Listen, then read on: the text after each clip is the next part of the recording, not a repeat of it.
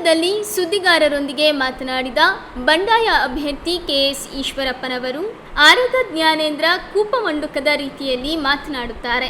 ಶಿವಮೊಗ್ಗ ಜಿಲ್ಲೆಯಲ್ಲಿ 60% ಮತದಾರರಿದ್ದಾರೆ. ಶಿವಮೊಗ್ಗ ಗ್ರಾಮಾಂತರದ ಜೆಡಿಎಸ್ ಕಾರ್ಯಕರ್ತರು ಸಹ ನಮ್ಮ ಜೊತೆಗಿದ್ದಾರೆ. ಆರಗ ಜ್ಞಾನೇಂದ್ರ ಅವರೇ ನಿಮ್ಮ ಕ್ಷೇತ್ರ ಉಳಿಸಿಕೊಳ್ಳಿ ಎಂದು ಆಕ್ರೋಶ ವ್ಯಕ್ತಪಡಿಸಿದ್ದಾರೆ. ನಿನ್ನೆ ನಾಮಪತ್ರಕ್ಕೆ ರಾಘವೇಂದ್ರರವರ ಜೊತೆಗೆ 3 ಮುಖ್ಯಮಂತ್ರಿಗಳು ಇದ್ದು ಅದೇ ದೊಡ್ಡ ಶೋ ಅನ್ನಂಥ ರೂಪದಲ್ಲಿ ಜನ ನಮ್ಮ ಜೊತೆಗಿದ್ದಾರೆ ಅಂತ ಮಾತುಗಳು ಆಡ್ತಾ ಇದ್ದಾರೆ.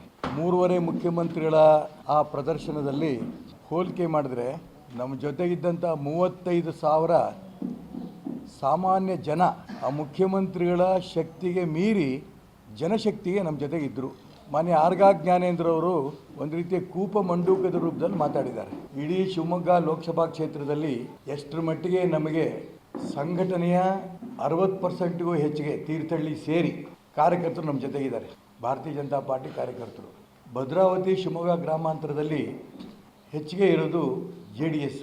ಆ JDS ಕಾರ್ಯಕರ್ತರು ಕೂಡ ದೊಡ್ಡ ಸಂಖ್ಯೆಯಲ್ಲಿ ನಮ್ಮ ಜೊತೆಯಲ್ಲಿ ಇದ್ದಾರೆ. ಕಾಂಗ್ರೆಸ್ಸಿನ ಅನೇಕ ನಾಯಕರು ಕಾರ್ಯಕರ್ತರು ಈಗಾಗಲೇ ನಮ್ಮ ಜೊತೆ ಬಂದಿದ್ದಾರೆ. ಮಾನ್ಯ ಆರ್ಗ ಜ್ಞಾನೇಂದ್ರ ಅವರಿಗೆ ಕಲ್ಪನೆಯೇ ಇಲ್ಲ. ನಾನು ಯಾಕೆ 3 ಮುಖ್ಯಮಂತ್ರಿ ಅಂತ ಹೇಳಿದೆ ಅಂತಂದರೆ 3 ಜನ ಮುಖ್ಯಮಂತ್ರಿಗಳು ಯಡಿಯೂರಪ್ಪನವರು ಇನ್ನಿಬ್ಬರು ಕರ್ಕೊಂಬಂದಿದ್ದಾರೆ, HD ಕುಮಾರಸ್ವಾಮಿ ಮತ್ತು ಬೊಮ್ಮಾಯಿ ಅವರನ್ನ. ಹೋಮ್ ಮಿನಿಸ್ಟರ್ ಅರ್ಧ ಮುಖ್ಯಮಂತ್ರಿ ಜ್ಞಾನೇಂದ್ರ ಅವರು. 3 ಮುಖ್ಯಮಂತ್ರಿ ಇದ್ದರೂ ಕೂಡ ಅವರ ಪರಿಸ್ಥಿತಿ ನೋಡಿ ನನಗೆ ಅಯ್ಯೋ ಅನಿಸುತ್ತೆ. ತಾನಾಗಿ ನಮ್ಮ ನಾಮಪತ್ರಕ್ಕೆ 35,000ಕ್ಕೆ ಹೆಚ್ಚಿಗೆ ಕಾರ್ಯಕರ್ತರು ಬಂದಿದ್ದನ್ನು ಅವರು ಕಣ್ಣಿಂದ ನೋಡಿದರೋ ಬಿಟ್ಟಿದ್ದಾರೋ ಗೊತ್ತಿಲ್ಲ. ಇಡೀ ರಾಜ್ಯದ, ಇಡೀ ದೇಶದ ಮತ್ತು ಇಡೀ ಪ್ರಪಂಚದ ಇಂಗ್ಲೀಷ್ ಮೀಡಿಯಂಗಳಲ್ಲಿ ಬಂದಿದೆ. ಆ ದೊಡ್ಡ ಸಾಗರ, ಒಂದು ರೀತಿ ಈಶ್ವರಪ್ಪನ ಜೊತೆ ಹಿಂದೂ ಸಾಗರವೇ ಇದೆ ಅನ್ನೋ ರೂಪದಲ್ಲಿ ಎಲ್ಲ ಪತ್ರಿಕೆಗಳಲ್ಲೂ TV ಗಳಲ್ಲೂ ಪ್ರತಿಬಿಂಬ ಆಗಿದ್ದು ಮಾನ್ಯ ಆರ್ಗ ಜ್ಞಾನೇಂದ್ರ ಅವರು ಗಮನಿಸಿರ್ಲಿಕ್ಕಿಲ್ಲ. ಆರ್ಗ ಜ್ಞಾನೇಂದ್ರ ಅವ್ರಿಗೆ ಏನು ಕೆಲಸ ಆಗಿದೆ ಅಂದರೆ, ನಿನ್ನೆ ನಾನು ತೀರ್ಥಹಳ್ಳಿ ಕ್ಷೇತ್ರ ಮತ್ತು ಹೊಸನಗರ ಭಾಗ ಮತ್ತು ಬೈಂದೂರು ಭಾಗಕ್ಕೆ ಹೋಗಿದ್ದೆ. ನಾನು ತೀರ್ಥಹಳ್ಳಿ ಕ್ಷೇತ್ರದ ಸೇರಿದಂಥ 2 ಜಿಲ್ಲಾ ಪರಿಷತ್ ಕ್ಷೇತ್ರಗಳು ಹೊಸನಗರ ಭಾಗಕ್ಕೆ ಬರುತ್ತೆ. ನಾನು ಬೈಂದೂರಿಂದ ಬರ್ತಾ ಇರೋಂಥ ಸಂದರ್ಭದಲ್ಲಿ ಅಲ್ಲಿ ಕಾರ್ಯಕರ್ತರು ಹೇಳ್ತಾ ಇದ್ರು, ಯಾರ್ಯಾರು ರಾಷ್ಟ್ರಭಕ್ತ ಬಳಗದ ಜೊತೆಗೆ ಹೋಗಿದ್ದಾರೆ ಅವ್ರ ಮನೆಗೆ ಹೋಗಿ ಕೂತ್ಕೊಂಡು ಅರ್ಧ ಗಂಟೆ ಕನ್ವಿನ್ಸ್ ಮಾಡೋದೇ ಜ್ಞಾನೇಂದ್ರ ಕೆಲಸ ಆಗೋಗಿದೆ. ಅವರಿಗೆ ಅದು ತಡ್ಕೊಳಕ್ಕಾಗ್ತಿಲ್ಲ.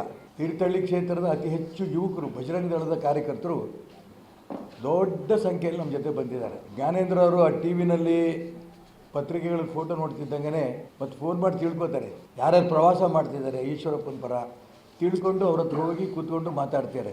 ಅವರಿಗೆ ಬೇರೆ ಜಿಲ್ಲೆಯ ಇನ್ಚಾರ್ಜ್ ಮಾಡಿದರೂ ಕೂಡ ನನ್ನ ಕ್ಷೇತ್ರವನ್ನು ಹೇಗಾದರೂ ಉಳಿಸ್ಕೋಬೇಕು ನಾಳೆ ಅಸೆಂಬ್ಲಿ ಬಂದಾಗ ಅಂಥೇಳಿ ಆ ಬೇರೆ ಜಿಲ್ಲೆಯ ಜವಾಬ್ದಾರಿ ತೊಗೊಂಡಿದ್ದಾರೆ. ಅದನ್ನು ಮರೆತು ತೀರ್ಥಹಳ್ಳಿ ಕ್ಷೇತ್ರದಲ್ಲೇ ಚಿಂತೆ ಆಗೋಗಿದೆ ಅವ್ರಿಗೆ. ಯಾರ್ಯಾರು ಹೋಗಿದ್ದಾರೆ ಹೋಗೋದು, ಅವ್ರ ಮನೇಲಿ ಕೂತ್ಕೊಳ್ಳೋದು, ಅರ್ಧ ಗಂಟೆ ಮಾತಾಡೋದು. ಅವ್ರ ಹತ್ರ ಅವರ ಸಿದ್ಧಾಂತಕ್ಕೋಸ್ಕರ ನಾವು ಹೋಗಿದ್ದೀವಿ, ನೀವು ಯಾವುದೇ ಕಾರಣಕ್ಕೂ ಇದನ್ನು ವಿರೋಧ ಮಾಡಬೇಡಿ, ನಿಮ್ಮ ಜೊತೆ ನಾವು ಬರೋಲ್ಲ, ಇದೊಂದು ಚುನಾವಣೆ ಬಿಟ್ಬಿಡಿ, ಇಷ್ಟು ಸ್ಪಷ್ಟವಾಗಿ ಹೇಳಿ ಕಳಿಸಿದ್ರು ಕೂಡ ಬೂತಲ್ಲಿ ಒಬ್ಬ ವ್ಯಕ್ತಿಯೂ ಸಿಗಲಿಕ್ಕಿಲ್ಲ ಅನ್ನೋಂಥ ಮಾತು ಪಾಪ ಜ್ಞಾನೇಂದ್ರ ಅವರು ಹೇಳಿದ್ದಾರೆ.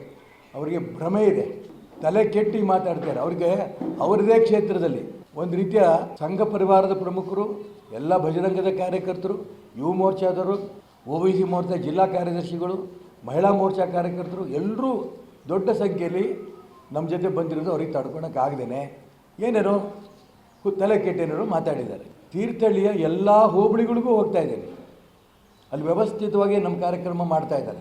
ಬೂತ್ ಮಟ್ಟದ ಕಾರ್ಯಕರ್ತರದ್ದು ಈಗಾಗಲೇ ಯಾರ್ಯಾರು ಬೂತ್ ಮಟ್ಟದ ಕಾರ್ಯಕರ್ತರು ಅಂತ ಆಗಲೇ ಆಗೋಗಿದೆ. ಚೀಟಿ ಹಂಚಕ್ಕೆ ಜನ ಇಲ್ಲ ಅನ್ನೋಂಥ ಪಾಪ ಜ್ಞಾನೇಂದ್ರ ಅವರು ಹೇಳಿದ್ದಾರೆ. ಅಕಸ್ಮಾತ್ ಅವ್ರಿಗೆ ಪುರುಸೊತ್ತಿದ್ದರೆ ನನ್ನ ಜೊತೆಗೆ ಯಾರು ಅವ್ರು ನೇರ ಬರೋಕ್ಕೆ ಪಾಪ ಅವ್ರ ಕೈಲಾಗಲ್ಲ.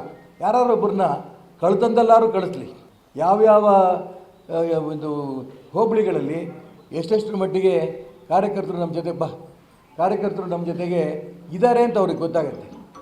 ನಾನು ಅದಕ್ಕೋಸ್ಕರ ಹೇಳಿದೆ, ಕೂಪಮಂಡೂಕದಂಗೆ ಇಲ್ಲದೇ ಜ್ಞಾನೇಂದ್ರರವರೇ ನಿಮ್ಮ ಕ್ಷೇತ್ರವನ್ನು ಉಳಿಸ್ಕೊಳ್ಳೋದಕ್ಕೆ ಏನು ಬೇಕಾದ್ರೂ ಪ್ರಯತ್ನ ಮಾಡಿ.